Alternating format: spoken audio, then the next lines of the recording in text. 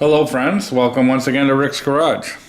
Today I'm replacing the pads on this Toyota Corolla. I've already installed the rotor and you can see I've got the pads done on this side. This video is about a few tips on making life a little easier when you're doing this. Like most of you out there, I do not own a lift. I don't have enough ceiling height in my garage for a lift. It's rather awkward working on things like brakes. You're either on your knees or on a stool. It's kind of hard to get the pads in place, and sometimes you work on the back and you wind up getting finger marks on the pads, finger marks on the rotor. It's just rather awkward doing this job. I have a few tips that might make life a little easier. You'll notice I've got the rotor snugged on with a couple of thick washers and two of the lug nuts. The reason for that is it's a lot easier to work with a nice stable rotor rather than have it flopping around when you're trying to install the pads. First of all, it goes without saying that you need to clean and lubricate your glide pins and always replace your boots. It's short money.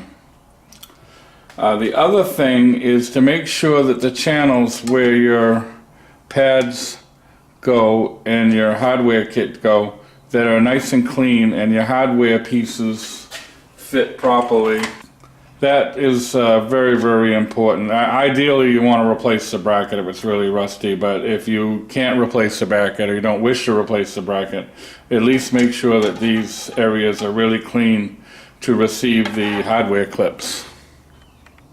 As you can see, I've gone ahead and installed my hardware. They fit so much better when your bracket is clean. Another thing I like to do is take a little bit of brake caliper grease and put it on the hardware clips so that the pads will be able to slide freely. You'll see some people online like to use anti-seize, but this stuff is made exactly for this purpose, this brake caliper grease. So I like to take a little Q-tip and just put a little bit on the area where the pads are going to come in contact. Just take a little bit and put it right in here. Not much, because you don't want to get it on the brake material or the rotor. Now that you've got the contact points lubricated, it's time to install the pads. Now, as you saw earlier, one way you can do it is on the car itself. You can install the brackets and then try to slide the pads in place. It's kind of awkward down low like that, especially working on the back side. One alternative would be to try to install them on the bench here. Now, one of the problems with that is you might be able to get the first side on, but then when you flip it around and you're working on the back side, the first side might slip through. There's nothing really to hold it in place. So my method to make life a little easier is as follows. As you see here, to make life a little bit easier, I've taken one of the old rotors or a rotor of similar size, clamped it in my vise, and set the bracket on top of it. Now it's very easy to install the pads at a comfortable height, and having it over a rotor will prevent it from slipping all the way through. I've gone ahead and put clean gloves on so that I don't contaminate the pads with finger marks. That's very important.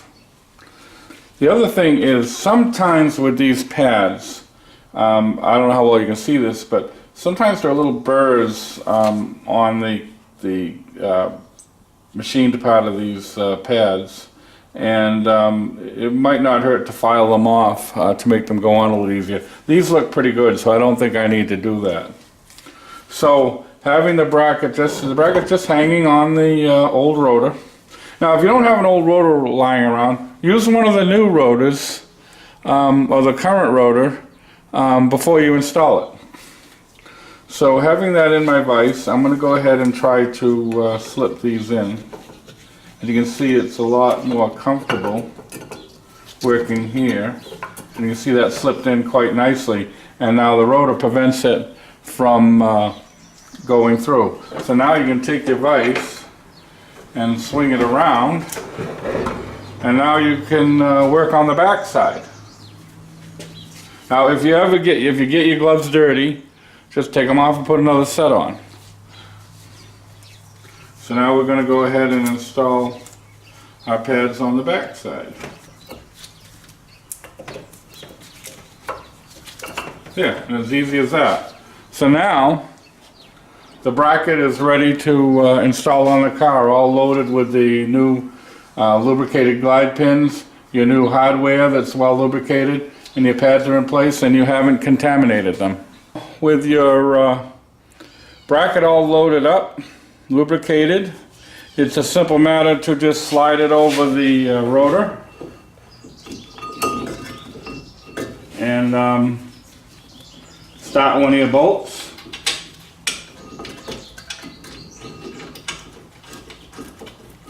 Start the other bolt.